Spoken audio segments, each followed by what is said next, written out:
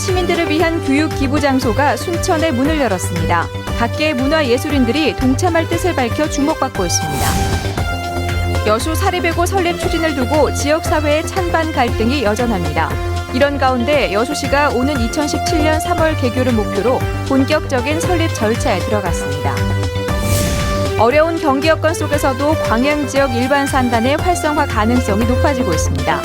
신금 산단은 분양률이 60%를 넘어서두고 투자 문의가 잇따르고 있습니다. 도내 농협 미국 처리장의 적자 폭이 갈수록 커지고 있습니다. 심지어 통합 미국 처리장도 큰 적자를 내고 있어 조합의 존립을 위협하고 있습니다. 여러분 안녕하십니까? 여수 MBC 뉴스데스크입니다. 순천의 학생과 시민들을 위한 교육 기부 장소가 문을 열었습니다. 각계 문화예술인들이 동참의 뜻을 밝혀 주목받고 있습니다. 문형철 기자입니다. 한 고등학교에 신축된 4층 규모의 건물. 내부에는 자그마한 갤러리와 실습실로 활용될 공간이 마련돼 있습니다. 지난해 지역 출신의 세계적인 한복 디자이너가 학생들을 위한 교육 기부 의사를 밝혔고, 이에 도교육청이 필요한 장소를 제공하겠다고 화답하면서 새로운 형태의 교육 기부 건물이 들어서게 됐습니다. 재능적인 기부를 조그맣게 시작했으면 좋겠다. 어느 정도 교육이 된 이후에 취업을 했으면 얼마나 좋을까 하는 그런 바람이 늘 있었습니다. 패션 관련 학과나 동아리 학생들을 지도하는 디자인 스쿨로 활용되는 것은 물론 일반 시민들을 대상으로 한 전국 문화예술인들의 강의 등 자유로운 소통의 공간으로도 사용됩니다. 영화인과 체육인, 국악인 등 다양한 분야의 인사들이 일찌감치 특강 형식의 교육 기부를 약속했습니다. 영화도 좀 관계가 많이 되고 하는 일이기 때문에 와서 한번 해볼까 합니다. 문화를 느끼고 예술을 느끼고 아마 마음의 휴식을 취할 수 있는 그런 공간이 되지 않을까 싶고요. 경험을 좀 할 수 있는 그런 공간으로 자리 잡으면 참 좋겠다 그런 생각이 들어요. 교육 기부자와 학교 간의 가교 역할을 맡고 있는 한국과학창의재단은 이번 사례를 우수 교육 기부 모델로 교육부에 추천할 예정입니다. MBC 뉴스 문형철입니다. 여수 사립외고 설립을 두고 지역사회의 찬반 갈등이 여전한 가운데 여수시가 오는 2017년 3월 개교를 목표로 본격적인 설립 절차에 들어갔습니다.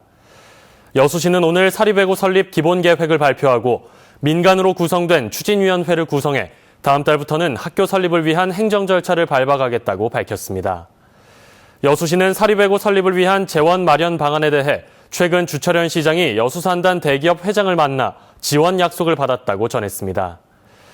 해당 대기업은 이에 대해 공식 확인이 어렵다는 입장을 밝혔으며 교육단체를 중심으로 한 반대 움직임은 더 거세질 것으로 보입니다. 새정치민주연합 혁신위원회가 현역 의원들을 대상으로 점수를 매겨 하위 20%, 즉 현역 의원 5명 중에 1명을 공천에서 원천 배제하기로 했습니다. 지역 정가가 술렁이고 있습니다. 김철원 기자입니다. 새정치민주연합 혁신위원회가 국회의원과 단체장, 지방의원 등 선출직 공직자에 대한 공천 기준을 발표했습니다. 총선과 지방선거에 나갈 현역 국회의원과 단체장, 지방의원들을 대상으로 점수를 매겨 하위 20%는 공천을 주지 않겠다는 겁니다. 여러 가지로 검토하고 또 논의한 결과 기본적으로 20%는 배제하는 게 필요하다. 당장 내년 4월로 다가온 국회의원 총선의 경우 의정활동과 공약 이행도, 선거 기여도 등을 평가해 점수가 밑에서 20%에 해당하는 현역 의원들은 아예 공천하지 말아야 된다고 했습니다. 광주 전남의 새정치민주연합 소속 17명의 국회의원 가운데 내년 총선 물갈이 대상은 산술적으로만 따져도 최소 3명에서 4명 이상이 될 것으로 보입니다. 혁신위는 또 도덕성에 문제가 있는 인사나 막말 행위자 등에 대해서도 평가 결과와는 무관하게 공천 때 불이익을 줘야 한다며 문제 있는 인사들은 스스로 책임 있는 모습을 보이라고 촉구했습니다. 도덕적, 법적으로 하자가 있는 분은 자동적으로 날아가게 됩니다. 여러분들이 20%라는 숫자를 저희가 발표한 이번 안만으로 생각하시면 안 되고.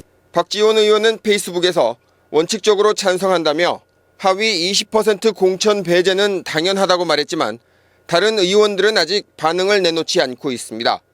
혁신위는 이 같은 8차 개혁안을 내일 당무위원회에 상정해 의결할 예정입니다. MBC 뉴스 김철원입니다. 전라남도가 채용을 둘러싸고 잡음이 끊이지 않고 있는 무기계약직에 대해 정부의 제도 개선을 건의했습니다. 전라남도는 건의안에서 전국 지자체별로 무기계약직 현황을 밝히는 무기계약직 현황 공표제를 시행하고 기준 인건비를 산정할 때 지자체별로 무기계약직 인건비 한도와 정수를 설정해 이를 위반할 경우 페널티를 적용하는 방안을 제시했습니다. 또 기준 인건비를 1% 초과할 경우 초과 금액의 20%에 해당하는 교부세를 삭감하는 현행 규정을 초과 금액 전액 삭감으로 강화해 줄 것을 건의했습니다.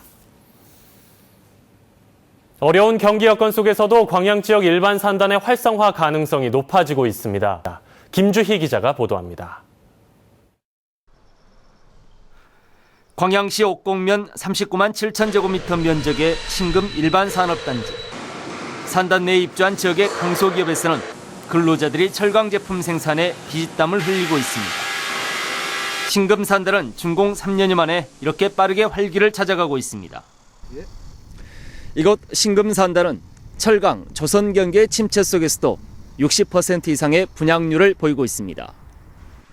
입주 계약을 체결한 54개사 가운데 26개사가 본격적으로 가동에 들어간 겁니다.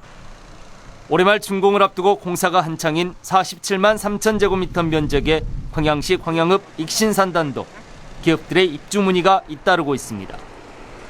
현재 다른 지역의 2개의 기업이 적극적으로 입주 의사를 밝히는 등 초기 분양 활성화 가능성을 높이고 있습니다. 현재 2개의 투자 유치 시를 하였습니다. 투자 유치 계약을 아직 안 했지만 투자 유치 하겠다는 확답을 받았습니다. 그렇기 때문에 내년에도 계속 지속적인 투자 유치로 내년에는 또 100% 투자 유치가 분양이 될 것으로 보고 있습니다. 경기 침체의 여파로 기업의 투자까지 얼어붙으면서 활로를 찾지 못해오던 광양의 일반 산단. 최근 광양의 일반 산단이 빠르게 활성화 조짐을 보이면서 지역 경제 회복에 대한 기대치도 함께 커지고 있습니다. MBC 뉴스 김주희입니다. 도내 농협 미국 처리장의 적자 폭이 갈수록 커지고 있습니다. 심지어 통합 미국 처리장도 큰 적자를 내고 있어 조합의 존립을 위협하고 있습니다. 김양훈 기자가 보도합니다. 광주 통합 RPC 한 곳을 포함한 광주 전남 29개 농협 RPC 가운데 지난해 흑자를 낸 시설은 7곳, 2013년 15곳에 비해 절반으로 줄었습니다. RPC의 평균 적자 규모도 지난 2012년 1억 3천여만 원에서 지난해 4억 3천여만 원으로 갈수록 커지고 있습니다. 적자 원인으로는 쌀 소비가 줄고 수입쌀 일부가 밥쌀용으로 공급돼 국산 쌀값이 떨어지기 때문입니다.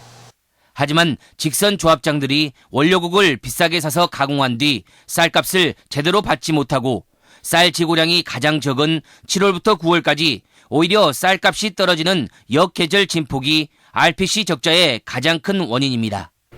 재고를 많이 갖고 있는 농협 입장에서는 단경기에 그런 물량들을 소화하기 위해서 보니까 적자가 많이 발생한 걸로 그렇게 돼 있습니다. 이런 실정이다 보니 쌀 가공을 거의 포기해서 적자를 면하는 농협도 있습니다. 앞에 농협 RPC는 쌀 가공 사업을 최소한으로 줄이고 원료국 유통에 중점을 두고 있습니다. 원가 이하로는 쌀을 판매를 안 하고 그래서 원료국 판매를 하다 보니까 이렇게 많이 경영에 도움이 된 것 같습니다. 무안지역 통합 RPC가 2년 연속 7억 원 이상 적자를 낸 점은 RPC 통합이 해결책이 아니라는 현실을 보여주고 있습니다. MBC 뉴스 김양훈입니다. 순천만 농경지에 흙두루미 형상이 표현돼 이색적인 볼거리가 되고 있습니다.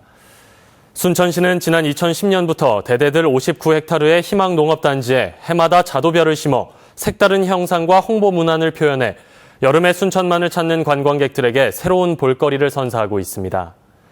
올해는 원형 갈대위를 나는 흙두루미 형상이 표현돼 다음 달 초 절정을 이룰 것으로 전망되고 있습니다.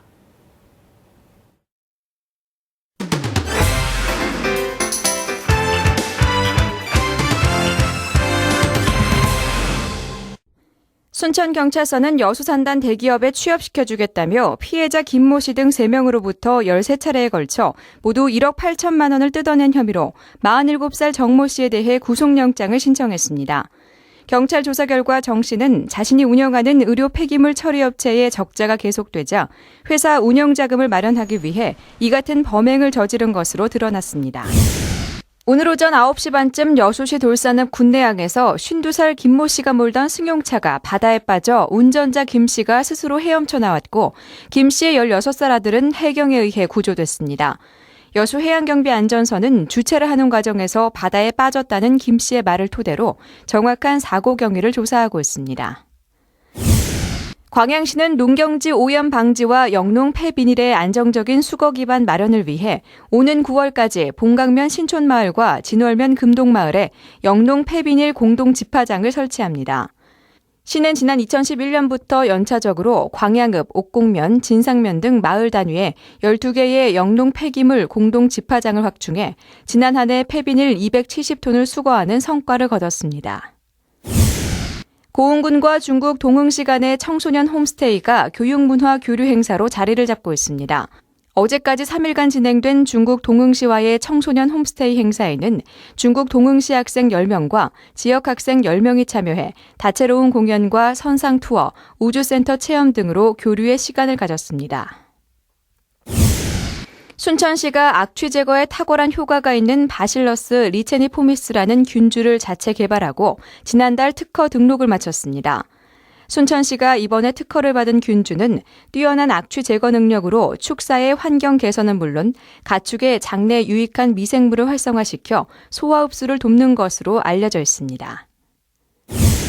전라남도는 순천 해룡산단에 들어서는 뿌리기술지원센터 운영 주관기관으로 한국생산기술연구원 호남권 본부를 선정하고 다음 달 중으로 산업통상자원부에 사업계획서를 제출할 계획입니다. 전라남도는 사업계획서 승인이 이뤄지면 오는 2018년까지 204억 원을 투입해 주조와 금형, 표면 처리 등 제조업의 근간인 뿌리산업을 지원하는 센터를 구축할 계획입니다. 지금까지 데스크 단신이었습니다. 다음 뉴스입니다. 이번 여름 휴가철 전남 동부 지역의 연안 여객선 이용객이 지난해보다 크게 늘었습니다. 여수해양수산청은 지난달 24일부터 시작된 휴가철 특별수송기간에 모두 21만 5천여 명이 여수와 고흥 지역 항로의 연안 여객선을 이용했으며 이는 지난해보다 145% 증가한 것이라고 밝혔습니다. 모든 항로의 이용객이 늘어난 가운데 백야 직포 항로가 3배 이상 증가했고 엑스포 돌산 항로도 2배 넘게 늘었습니다. 여름방학 기간 순천 시립박물관의 관람객도 크게 증가한 것으로 나타났습니다. 순천시는 이번 여름방학 기간 시립박물관인 뿌리 깊은 박물관과 기독교 역사박물관을 다녀간 방문객이 3천여 명에 달해 지난해 같은 기간에 비해 50%가량 늘었다고 밝혔습니다. 이는 시립박물관이 시행하고 있는 역사 교육 프로그램에 청소년들의 참여가 많았기 때문으로 보입니다. 광양시 환경과 사무실이 실내 녹화를 통한 초록 공간으로 탈바꿈해 좋은 반응을 얻고 있습니다. 광양시 환경과 공무원들은 지난 1월부터 청산의 사무실에 자발적으로 실내 식물을 식재해왔습니다.